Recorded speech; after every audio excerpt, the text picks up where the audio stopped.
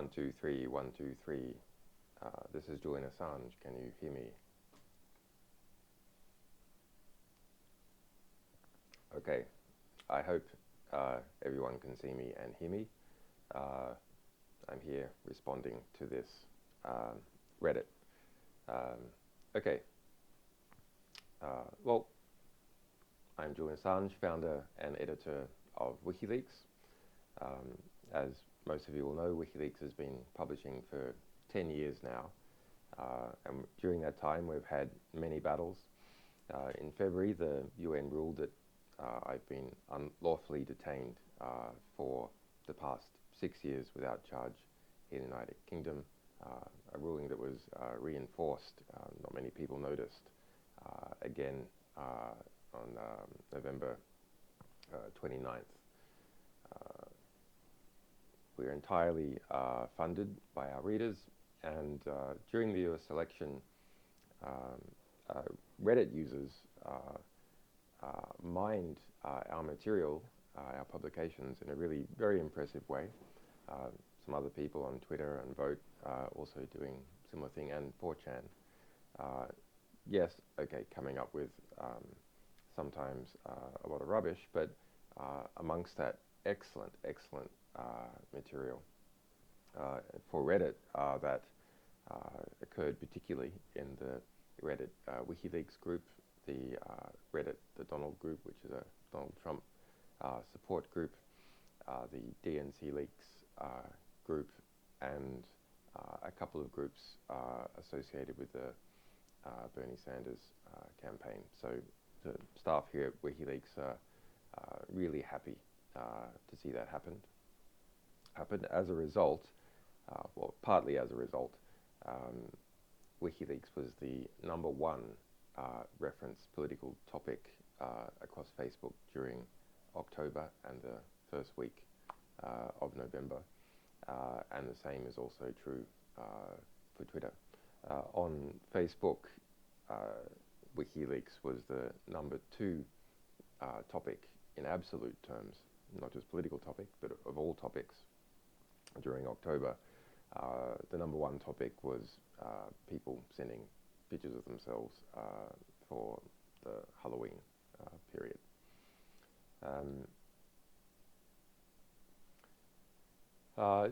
We have an enormous publishing year ahead, something really very important and special, and will be difficult for this organization. The difficulties have already started.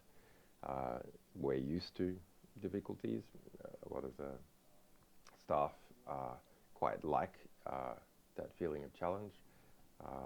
The difficulties for me have been pretty much the same the last few years. That's tough, but having something grand to work on that is, really important intellectually and politically is a very pleasant distraction.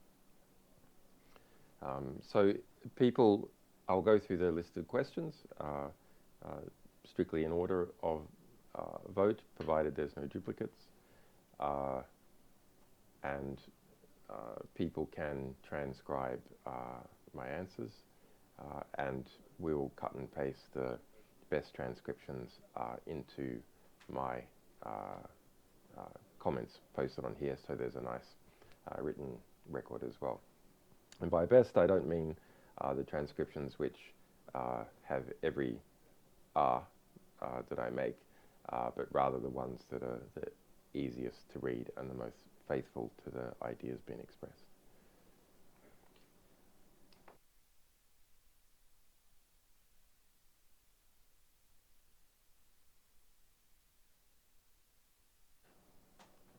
It's a very Well, low. no, it's very low. We can hear it very low. Everyone's saying shut up. Okay, fine. We turn the sound up. You see that one there? Maybe if Where's the sound feedback? Okay, well, let's get it here. if you push that one on. People are saying the sound is too low, so I'm going to turn it up a bit.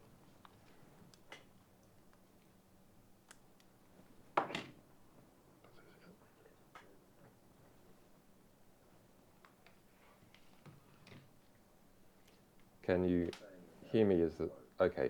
I think that's better. 1 2 1 2 1 2. 1 2 1 2. Okay. I'll just summarize all that again. Okay, my name is Julian Assange. I'm the founder and editor of WikiLeaks. As many of you know, WikiLeaks has been in the news quite a lot this year. We've been going for 10 years. We're entirely funded by our readers and publication sales. We've had many, many battles. A lot of those are still ongoing. We have about a dozen court cases, us suing people, filing criminal charges against the US government, and the same thing happening back in the other direction. On February the 5th this year, the United Nations announced the result of 18 months of litigation by me against Sweden and the UK, and they lost, and the UN ruled that I am being illegally detained without charge, and I should be immediately released. That the UK tried to appeal, and it lost the appeal on November 29 this year. It wasn't widely reported because it came out on a Friday, but a major victory for us. So during the US election, many Reddit users produced scoop after scoop based on our material. So we published a lot of material, we did analysis and promotion ourselves, but to analyze about 50,000 documents during a few months is actually impossible for journalists, even if they were so motivated. There's just not enough of them. And in the US electoral process, of course, you had 4/5 of the media, perhaps more if you include the print media, really not wanting to produce stories that were critical of the Hillary Clinton campaign, with some fine exceptions. There were some good exceptions, but overall, actually an attempt to avoid doing serious work. But the results of that mining on Reddit and a few other places, but principally Reddit, is that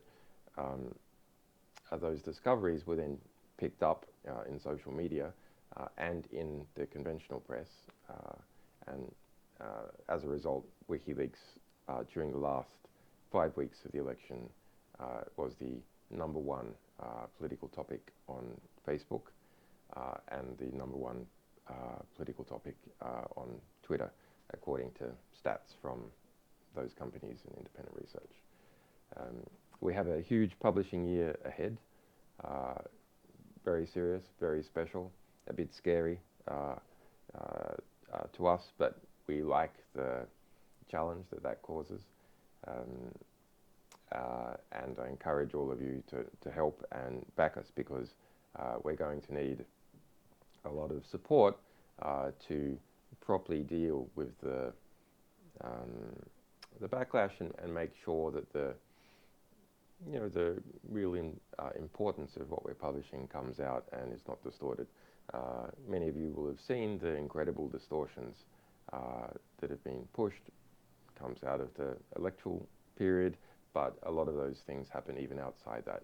It's natural if you're a publishing organization who specializes in exposing powerful institutions and governments. Well, they're powerful by definition, right? And the media, establishment media, by definition, is used to project the perception of the establishment, that broadly speaking, that the establishment wants. So it's one of the tools used by the ruling class to cement their rule. Noam Chomsky has and Herman have put it this way, which is the press is to democracy as the truncheon is to dictatorship. It is part of the system that is used to maintain rule and order and the dominance of the existing ruling class. So it's no surprise that you see attacks on us and on independent media. There's a lot of bad independent media as well, to be fair. Okay, now I'll go through the comments. Can you explain your whole October? Well, most of it extremely busy. So it's just try and conceptualize. Have been in an embassy siege for the last 4.5 years. It's a small embassy. The embassy is surrounded by a police and intelligence operation, of which there's numerous pictures and admissions by the British state. They spend about $6 million a year. They admit to spending about £4 million a year just on the covert and overt police surveillance. But of course there's MI5, etc. They have robot cameras, quite sophisticated types that they've installed in different buildings, plainclothes police operating on the street, and they've done deals for which we have the paperwork with some of the opposing buildings, which are owned by Harrods, which is a big department store here, but Harrods itself is owned by the sovereign fund of Qatar. So it's not an easy environment to work in. Spying on the outside, some spying on the inside, informers, robot cameras, etc. And then during October, there was pressure applied by John Kerry and the US administration, and perhaps some other forms of pressure domestically within Ecuador that resulted in my internet connection being cut off and quite a increase in the security environment here in terms of people getting in and out of the building easily, etc. That's, I think, was a wrong thing to do for John Kerry to politicise the office of Secretary of State and try and use that to domestic political advantage by pressuring me in relation to my political asylum. WikiLeaks does not publish from the embassy, doesn't work from the embassy. I am a political refugee stuck in this embassy because the UK refuses to obey international law and respect my asylum rights. We publish from France, Germany, Netherlands, and so on, a wide range of countries, not Ecuador. So Ecuador is purely pressured because they are responsible for my physical security as a political refugee, which is pretty disgraceful. To be fair to Ecuador, Ecuador has denied that they were pressured. That's not what our sources say. And it's a small country, 16 million people, quite innovative Latin American country, with tough, standing up to the kind of pressure from the US and UK.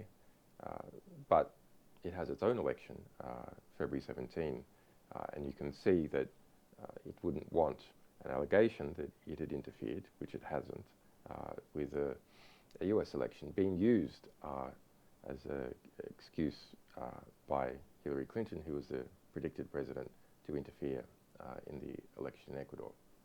So quite a tense security and diplomatic situation. In terms of the security situation, yes, there were conspicuously armed British police, which I took a photo of and which we published, parking their vans right next to the embassy, which they haven't done since back in 2012 when the first kind of standoff was in the embassy. So it's a kind of, show of force, presumably to make some kind of pressure for WikiLeaks to stop publishing. But we're set up to continue on regardless of what happens to me. No one person in WikiLeaks can become a single point of failure. Why? Well, because we don't want to fail, number one. Number two, because if that person is perceived to be a single point of failure, it's dangerous for that person.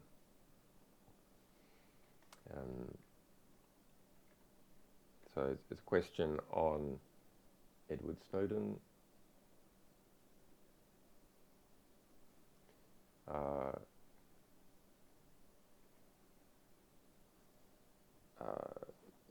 Full publication, limited publication, etc.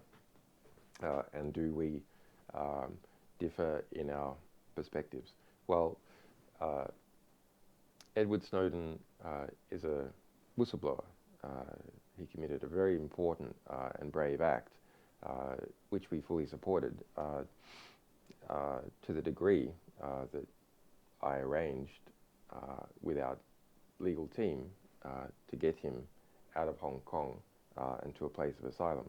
Now, not a single other media organization did that, not The Guardian, which had been publishing his material, not Amnesty, not Human Rights Watch, not even any other institution from a government. So WikiLeaks, as a small investigative publisher, which understands computer security, cryptography, the National Security Agency, which I've been publishing about for 10 years, sorry, more than 10 years, and asylum law because of my situation. So we can't have a situation where Edward Snowden ends up in a position like Chelsea Manning and is used as a general deterrent to other whistleblowers stepping forward. And he would have been imprisoned at any moment in Hong Kong, and would have then been sold to the world as, well, look, if you're trying to do something important as a whistleblower, your voice will be stopped, you'll be placed in prison in very adverse conditions. We wanted the opposite. We wanted a general incentive for others to step forward. Now, that's for philosophical reasons. It's because we understand the threat of mass surveillance. But it's also very understandable for institutional reasons. WikiLeaks specializes in publishing what whistleblowers reveal. And if there's a chill on sources stepping forward, that's not good for us as an institution. On the other hand, if people see, yes, it's good for sources to step forward, then there'll be more of them. On the full publication versus extremely limited publication, well, Edward Snowden hasn't really had a choice. He has had various views that have shifted over time, but he's in a position where we made sure that he had given all his documents to journalists, Glenn Greenwald principally, but also some to The Guardian, before he left Hong Kong, because both Edward Snowden and I assessed that it would be a kind of a dangerous bait for him to be carrying laptops with material on it as he transited through Russia to Latin America. That might be something that would cause the Russians to hold him. So we made sure he had nothing. So actually, since the point of those initial disclosures, Edward Snowden hasn't been able to control how his publications have been used. He's been a very important voice in talking about the importance of different aspects of them, but he's had no control. The result is that more than 97% of the Snowden documents have been censored. Enormously important material censored, and why there have been some pretty good journalists working on them, and Glenn Greenwald, I think, is one of the best journalists publishing in the United States. you you have to have hundreds of people working on material like this and engineers, etc., to understand what's going on. So we have quite a different position to those media organizations that have effectively privatized that material and limited it. Now, you can't say that actually the initial publications was all the important stuff, because there have been many more publications as time goes by, even some within the past 2 months. And those publications, for example, include ways to find sites in the United States used by the National Security Agency. There's some procedures for visiting those sites. Now, if those had been released in 2013, investigative journalists and individuals could have gone to those sites before there was a cover-up. And that's true in the United States, and it's true in Europe and elsewhere. So I'm a bit sad in some ways, about how the impact of the Snowden archive has been minimized as a result of not having the greatest number of eyeballs.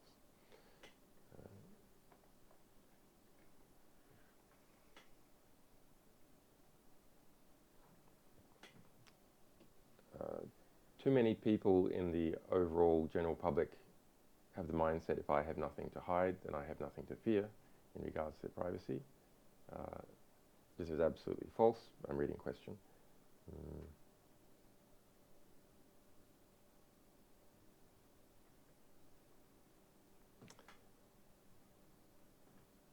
I mean, it's a statement, really. Well, you can reverse this statement. This extremely irritating statement. I mean, when you hear people say that, you say, I mean, this is so 21st century, so Generation Z. It's not about you. It's not about whether you have something to hide. It's about whether society can function and what sort of society it is. The key actors in society who influence its political process, people who publish, publishers, journalists, MPs, civil society foundations, if they can't operate in the society, then you have an increasingly authoritarian and conformist state. Even if you're someone who thinks otherwise, you're of absolutely no interest. The result is you have to suffer the consequences of the society that has evolved. Also, you're not an island. So when you don't protect your own communications, it's not just about you. You're not communicating with yourself. You're communicating with other people, and you're exposing all those other people. And even if you assess at the moment that they're not at risk, are you sure your assessment is correct? And are you sure they're not at risk going into the future? I think the biggest problem with mass surveillance actually is that the knowledge of mass surveillance and fear about it produces intense conformity. So people start censoring their own conversations, and eventually they start censoring their own thoughts.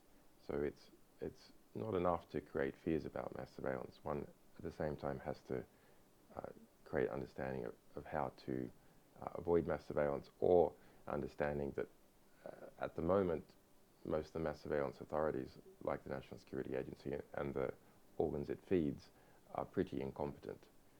That can change as artificial intelligence merges with mass surveillance, where those data streams from the NSA and PRISM program are massaged by artificial intelligence.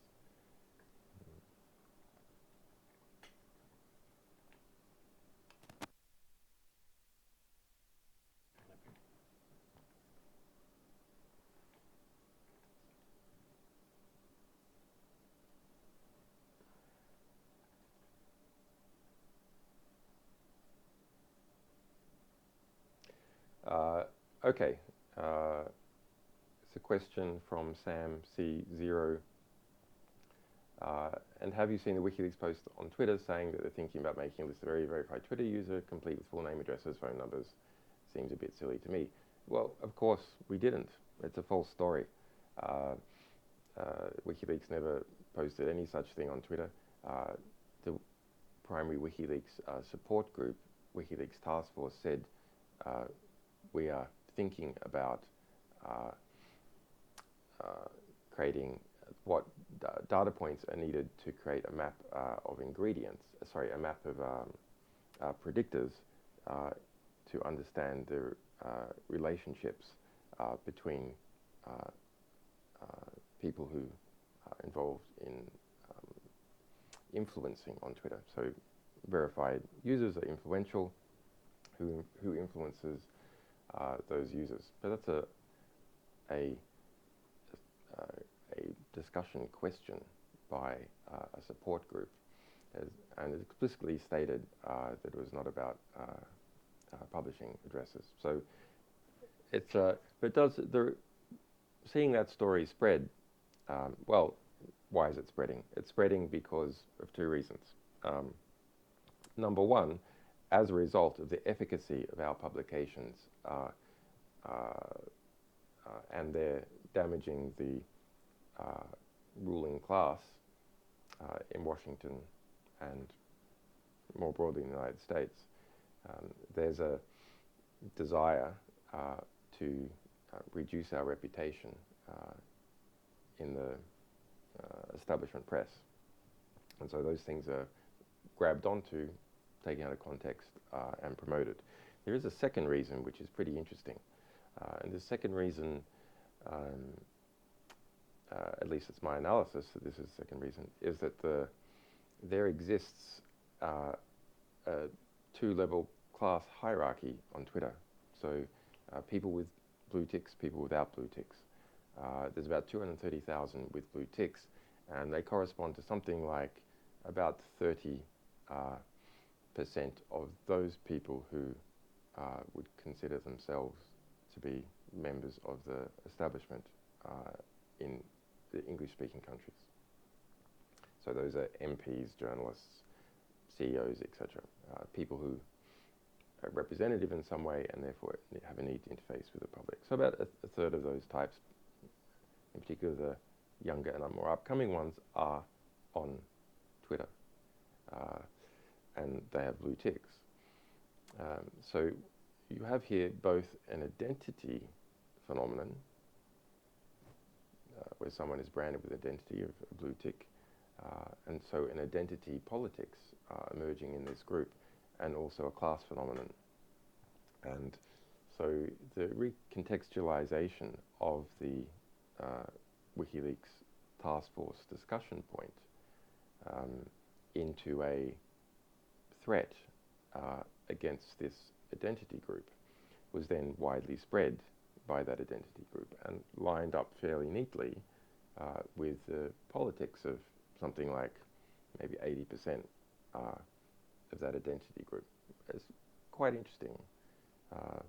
You think about this new emerging identity class. Well, it has a quality within the blue tick class. That is, you have a blue tick or you don't. And then a certain number of followers.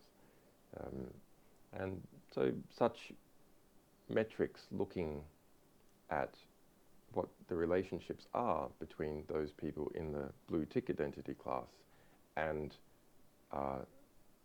exterior class dynamics, so relationships to power of various kinds, removes some part of the equalitarian nature within the blue tick identity class, which in some ways is a threat to those people who have gained the blue tick, but otherwise perceive they're not at the heights of the power in the exterior class. It's interesting.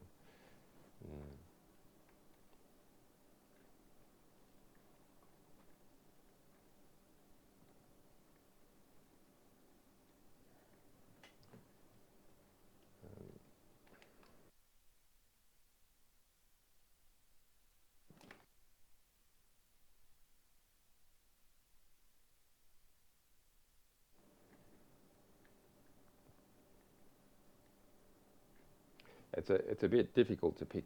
The points on these questions are changing extremely rapidly, so it's a little hard to respond to them all in order.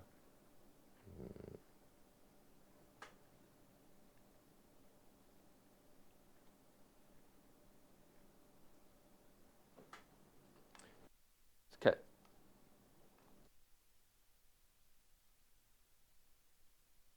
I'm going to just go to the bottom of these questions because they're changing to scoring quite quickly. So there's a question about that I said in August that we have some information on the Republican campaign, but it's from the point of view of investigative journalists, it's pretty difficult to deal with, to compete with what Donald Trump simply what he says. So yes, we did. We received a couple of company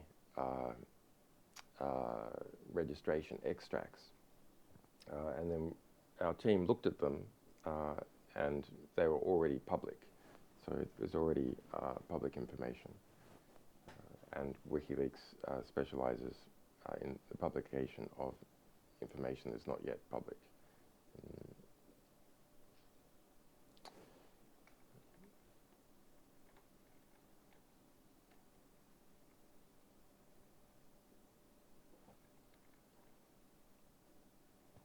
Why release the emails in a constant trickle near the end of the campaign? If the truth is your goal, surely expressing them in a couple of batches would work just as well. Constant drip drip over the last months of the campaign. Reek of WikiLeaks hoping to have maximum political impact in the campaign. It's an interesting question. But why the irritation? So why the irritation compared to publishing all at once? People, you can imagine, if we publish all at once, would say, you deliberately made a giant bomb.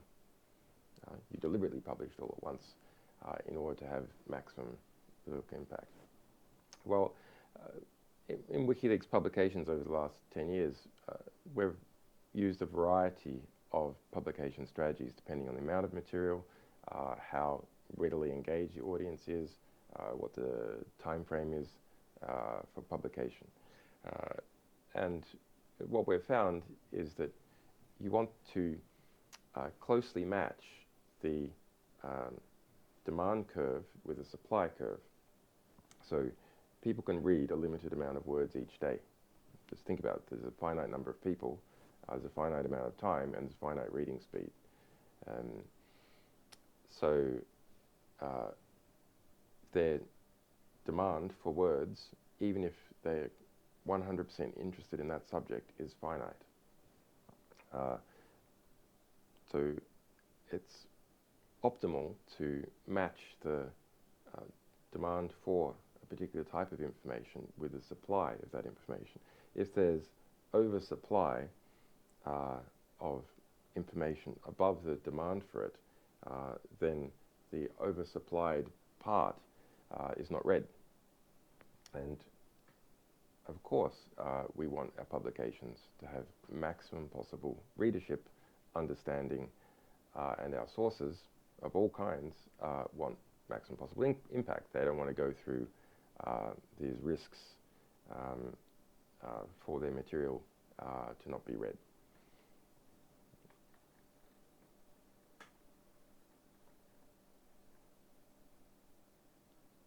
I have to say, on the strategy of our publication across with our US election related documents, we're pretty proud of it, actually. There was limited time, limited resources. Yes, we could have done things slightly differently if we had had, more money, more staff, etc. But within our resource constraints, we put together, I think, a pretty kick-ass publishing schedule designed to maximize uptake, readership, engagement, and knowledge extraction from our publications, designed deliberately to make it hard to spin what we were publishing. What do I mean by that? Well, in this particular case, we have the Democratic campaign of Hillary Clinton and her associated media allies doing everything they could to spin what we were publishing. And I know how this works. If there's knowledge that WikiLeaks is going to be publishing, say, over a month-long period, then a crisis team is set up. We've had a number of those WikiLeaks war rooms and crisis teams set up against us by different governments and companies, Bank of America to the Pentagon, the State Department. And they get ready each morning, wait for our publication, and then they try and spin it. So insofar as our publications are at all predictable, that spin can be lined up ahead of time, and those war rooms can be resourced. So we made sure that what we were going to publish was unpredictable. When we were going to publish, it was unpredictable. How much we were going to publish each day was unpredictable. That we had both a human element looking closely at what was happening with the news and finds on Reddit and so on, and an algorithm which also introduced cryptographically secure noise into publication decisions in relation to amounts and timings, and making that decision on the fly, not a month ahead of time with a schedule all planned out. Why? Because if we were hacked, we didn't want, in this case, our algorithm, the stochastic terminator, its programmatic output to be known in advance, because that would permit the Clinton campaign and others to attempt to counterspin our publications at each moment. And we want our publications to be as unspun as possible.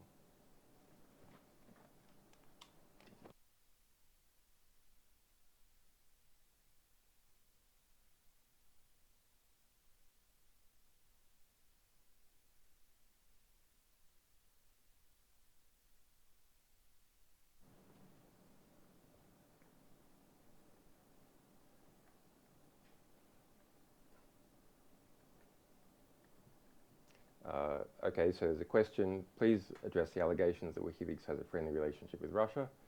The timeline, blah blah blah. So I've seen this rubbish again and again and again. Let's pull back and understand what's going on. WikiLeaks has published more than 10 million documents over 10 years. We have a 100% accuracy rate on authenticating our publications. Everyone in the media knows that we have a 100% accuracy rate.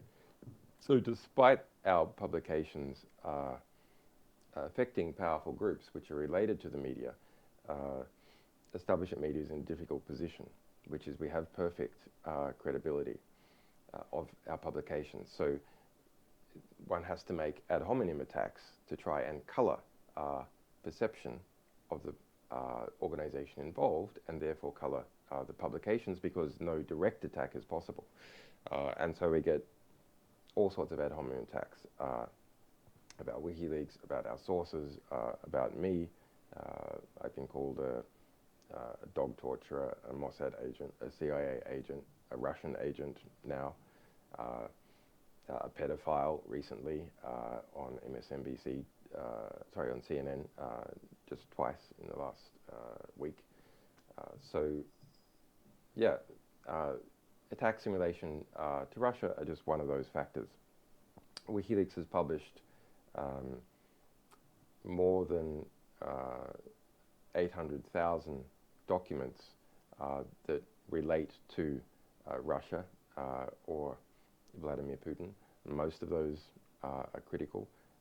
More than 2 million related to Syria, from Syria, about the Chinese documents, a lot about China, material from China, we've been banned in China, etc. So each country and its establishment tends to perceive WikiLeaks as a something that is difficult for them. and that erodes the authority of state institutions, and that's true in the United States. So, yes, WikiLeaks said it was ready to drop a bombshell on Russia. Not quite. We said we have important documents pertaining to Russia. And yes, the FSB apparently was quoted as saying, well, we can electronically attack or something WikiLeaks. And then we did publish those documents. Those were the Russian-related documents in the US diplomatic cables, and they were extremely strong, speaking about Chechnya, Russian crime. A number of books were written from that, a number of calling Russia a mafia state, a number of successful lawsuits against the Russian state have made use of those documents and other documents, etc.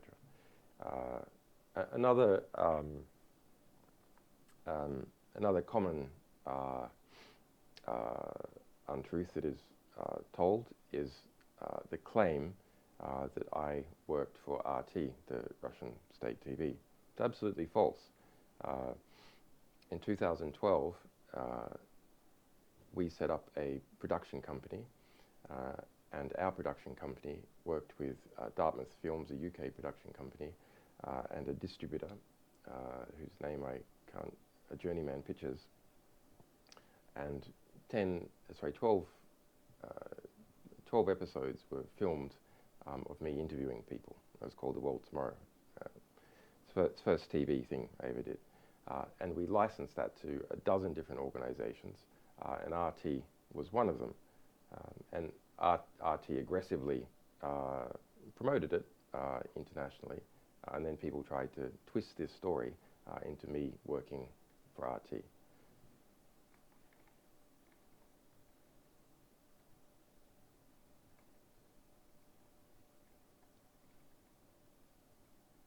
Question, am I in direct control, editor, author of WikiLeaks.org, WikiLeaks Twitter, WikiLeaks Task Force, etc., etc. Why the change in tone?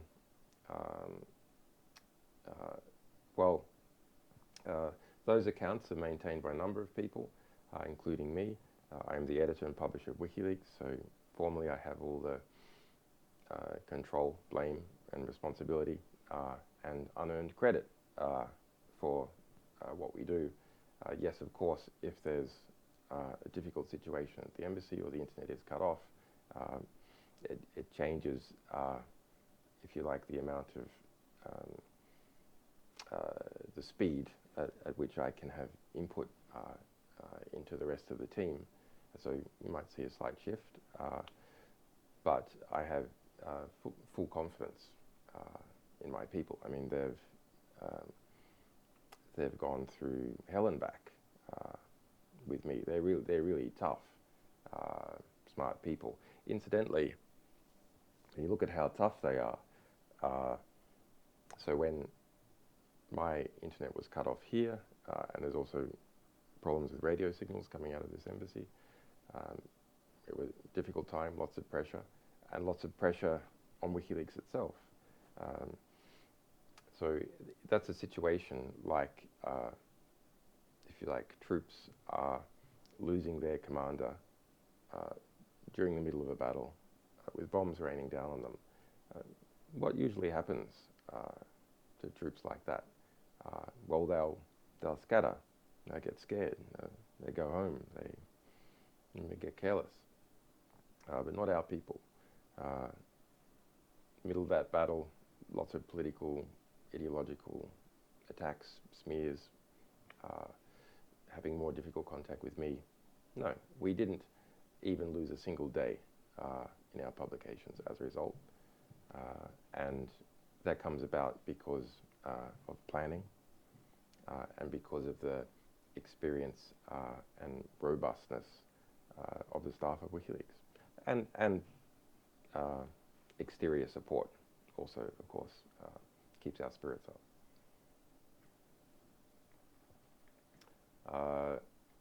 Shortly after your internet access was cut, the head moderator of /r/WikiLeaks added 6 new users to the moderation team, etc., etc. We don't know anything about who's moderating Reddit. Reddit has as most of you will know, censor things from time to time. It's owned by Condé Nast. It is perhaps the place for the traditional media, which is owned by the traditional media, or media holding, which has the greatest freedom of expression, but Reddit is not free from censorship. We've seen that many times. On the other hand, it's fairly easy for people to constantly repost things that are being censored.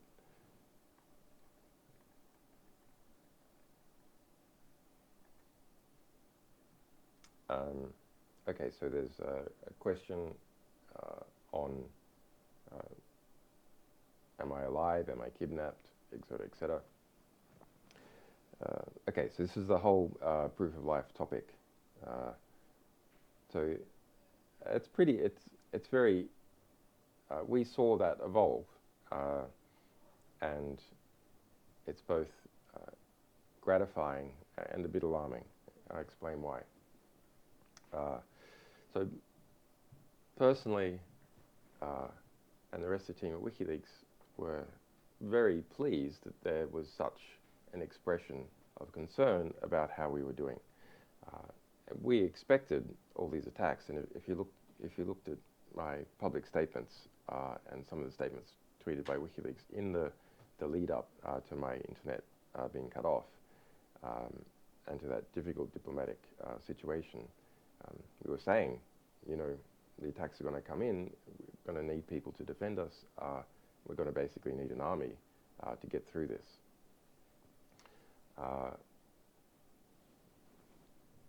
And then the concern for how I was doing and why I wasn't being seen, etc., arose. So the answer to this proof of life question is that we're interested in something quite different. So anything that we did that claimed to be some kind of proof of life would be to set the precedent on what a reduction, what mechanism could be used to reduce concern. So the calls, for example, that I issue a PGP signed message. Okay, well, it's fine if you can understand that it's me who's issuing the PGP signed message, but a PGP signed message doesn't tell you who has issued it at all. It's just a claim message. So let's look at what kind of precedent we would be setting. We'd be setting the precedent that when there's a concern about whether one of our staff has been kidnapped, or me, that concern can be alleviated simply with the issuing of a message of text, which is coupled to a particular cryptographic key. Now, if WikiLeaks is under serious threat, then it's quite possible it might lose control over its keys. And the reality is it's quite hard to protect keys from that kind of interference. The way WikiLeaks manages its keys is to its submission keys, for example, they are not used to sign messages. But even if they did sign a message in this case, what would it be saying? It'd be setting a precedent that could be very dangerous in the future. You don't have to, if you like, produce the person and show that they're not under duress. You can either hack a WikiLeaks key or take control of infrastructure or take control of a person and then have them, or rather claim that they had produced some signed message. So we're much more interested in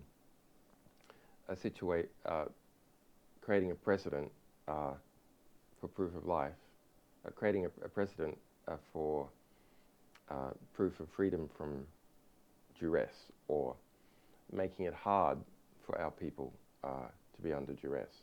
And the best way to do that is live video. Because even if you were under duress, and there's various forms of, various forms of duress that could be applied. If it's live, you've got a few seconds to put things out. You can slip in code words into what you're saying. I'm not, by the way. I'm not, but you could slip in code words into what you're saying that people, your people, could then see. Yes, I'm alive and free from duress, but I am in a very difficult situation. I have been for 6 years. Let's not think that I'm not in a difficult situation. As I explained, this embassy is surrounded by a high-tech police operation, intelligence operation. It's a really difficult situation. I haven't seen the sunlight in 4.5 years.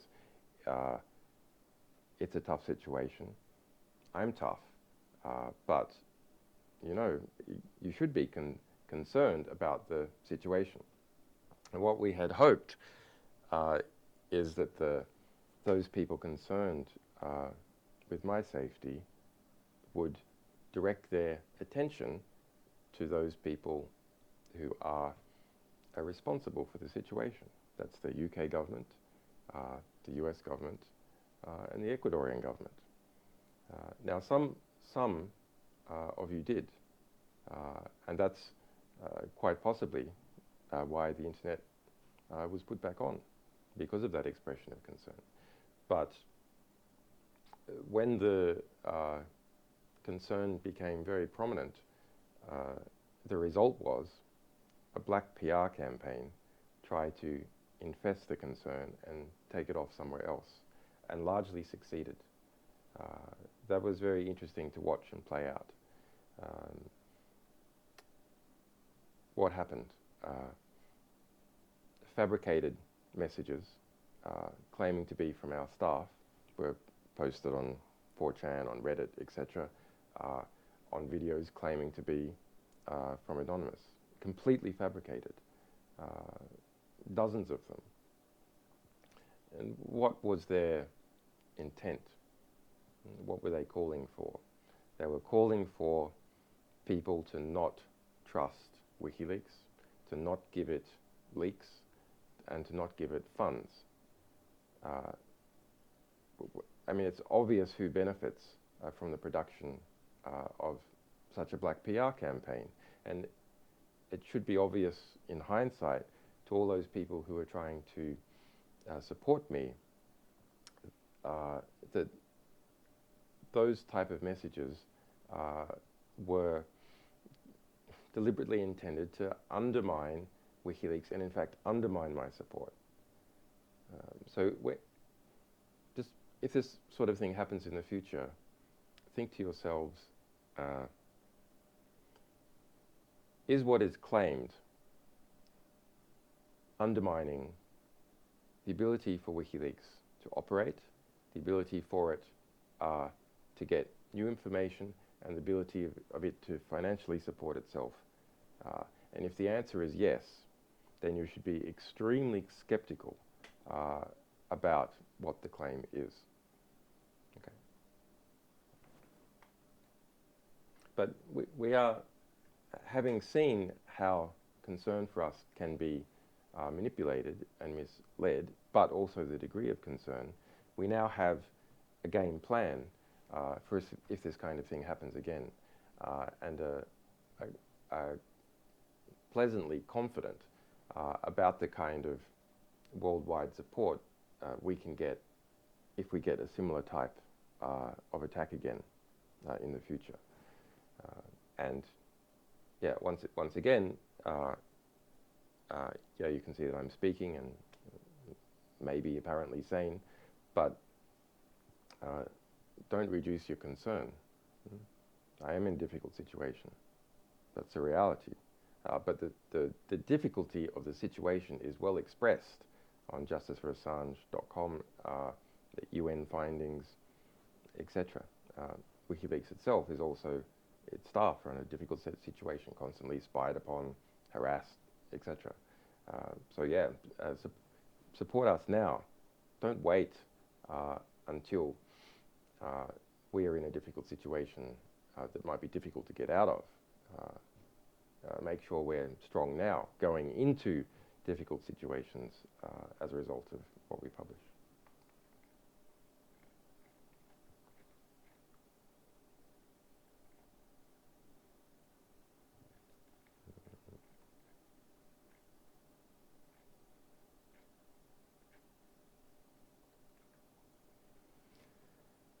I'll just take 2 more questions.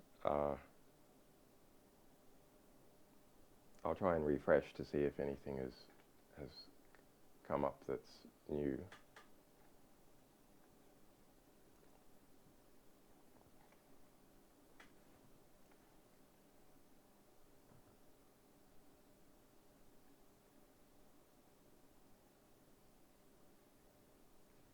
There's a question at the top about collateral murder and supercomputer time. I can't confirm or deny anything relating to our sources there. However, yes, there is a disappeared video, and that video is on the Guarani massacre. Over 80 children killed in a US airstrike in Afghanistan, and more than 100 people. Quite a serious video. And you can, if you search for Assange affidavit, you read an affidavit about how Sweden conducted an intelligence operation on September 27th, 2010 to seize 3 laptops, not the highest security laptops, backup laptops that were encrypted, but which ended up being the only copy that we had of that video. We had other copies, and they were also attacked. So that's a great, a great sadness from us that this terrible proof of a war crime has been possibly lost to history as a result of very difficult attacks on us. It's something that we're a lot less susceptible to now because we have a bigger infrastructure.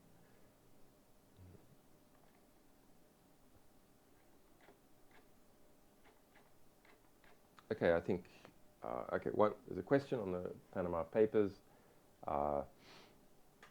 So there's a claim repeated in, the usual idiots in the ruling class press that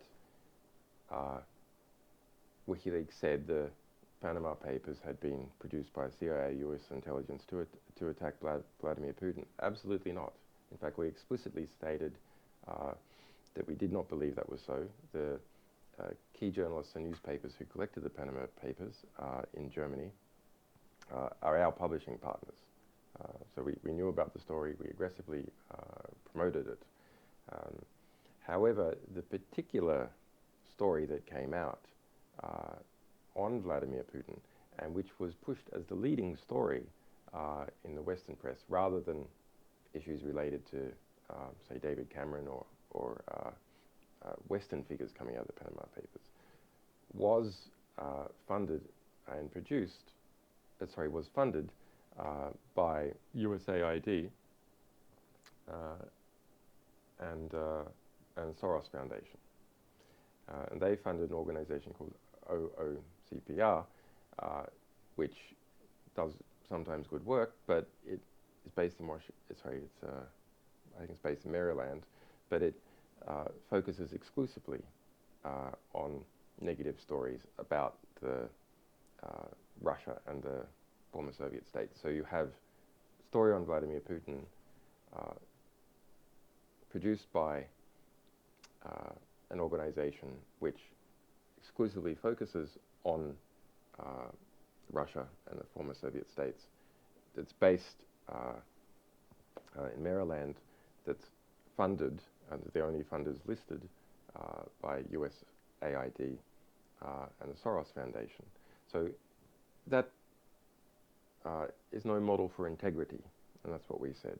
That some good journalism, but this is a difficulty when you have negative stories about Putin being pushed forward and funded by the US government. So we're trying to distinguish WikiLeaks' model of publication, where we're funded by our readers, not by dodgy foundations or the US government. And you know, we don't like it when we're in competition with an organization based in Washington, D.C., funded by the US government.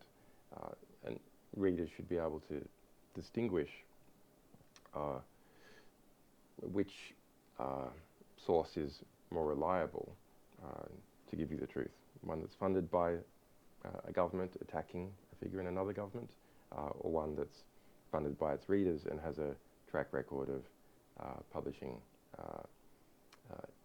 everything if it has a collection of material eventually.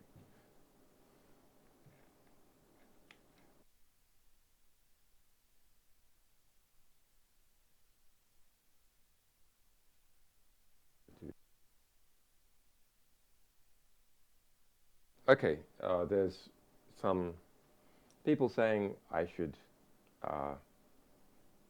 because of the advances in technology in relation to video editing and audio, etc., that I should try and do something that is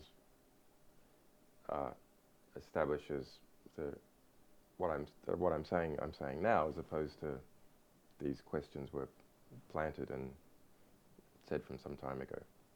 Well, I have to say, it is a little bit silly. Not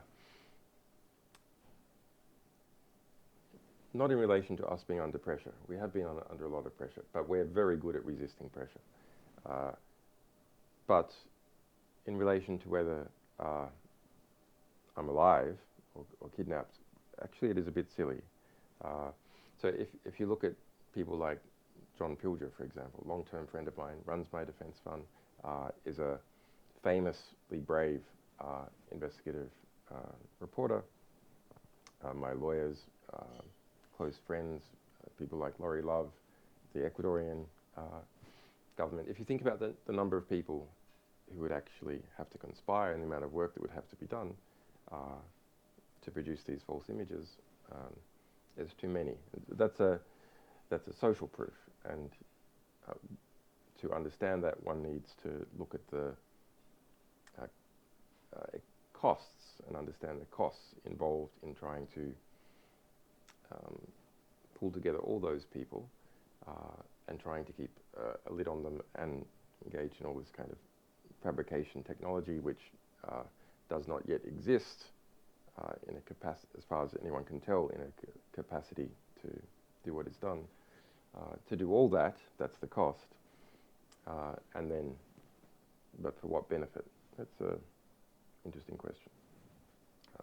So in thinking about real-time proof of life, well, intellectually the most interesting one is to take the most recent block in the blockchain, in the Bitcoin blockchain, give the number and at least 8 digits or something of the hash, and then maybe to spell out this hash by sign language. That's kind of intellectually entertaining, but what is the problem with it? Well, let's see if I can get a recent hash. While it's intellectually entertaining, the problem with it is this: it's very complicated, the underlying technology, and so it has the same flaw that sophisticated voting machines have, cryptographic voting machines, which is the average person can't understand whether the security claims are in fact borne out. Now, experts might be able to, but the average person can't, and so then you're back to a social proof. Does the average person trust the expert, and then how do they know that those experts are really experts that haven't been compromised? So in fact, while it's intellectually entertaining, it's not at all a good type of proof of currency. but I'll give one anyway. So this is block 445706, and the hash is 1783748F687272879CAA92ECB49.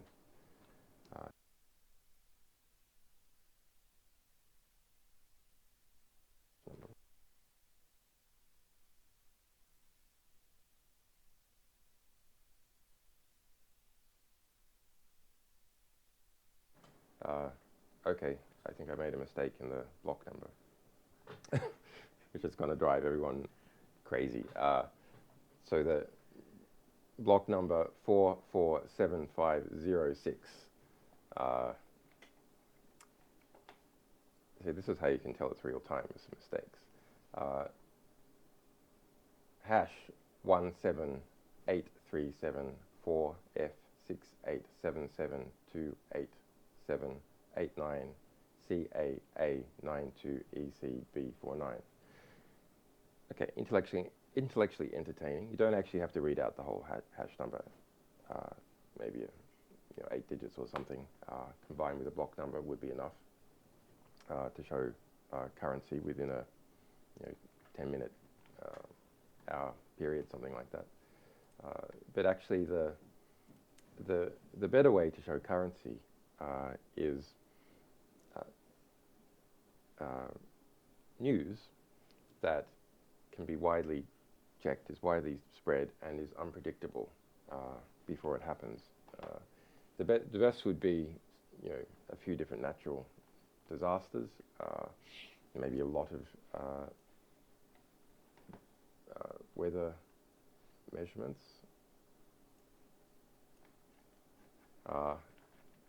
and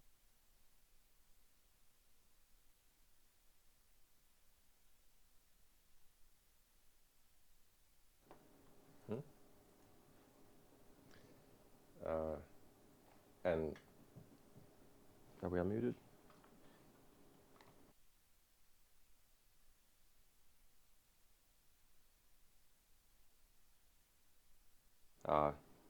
Yeah, otherwise you need something that's not easily predicted and which can be widely checked or was widely seen at the time. And a good example of that is sports scores. So, for example, the New Orleans Pelicans versus the NY Kicks, 1110-96. Oklahoma 109 versus 94 Chicago. Dallas 92 versus 101 for Minnesota. Okay, so that can give you currency. In terms of any future precedent,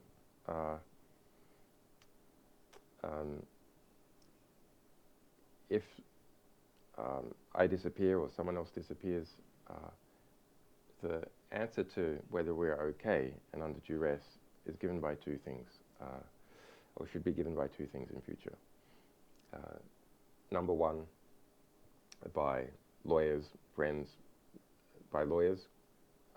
publicly associated close friends, people who fund my defense campaign.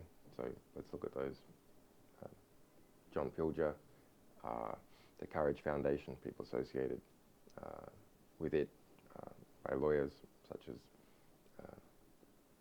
Jennifer Robinson,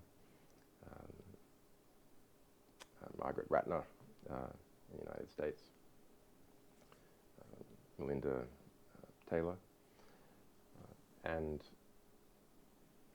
the ability to do live interactive video where someone, even though theoretically they could be under duress, can interject in the stream quickly to say such a thing, or to, give a variety of messages in a live way, which each one is not comprehensible at the time that it is said, but the last one, if you like, provides the conceptual key to decrypt them.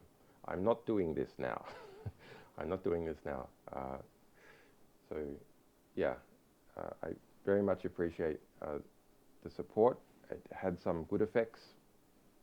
I think it probably contributed significantly to restoring my internet.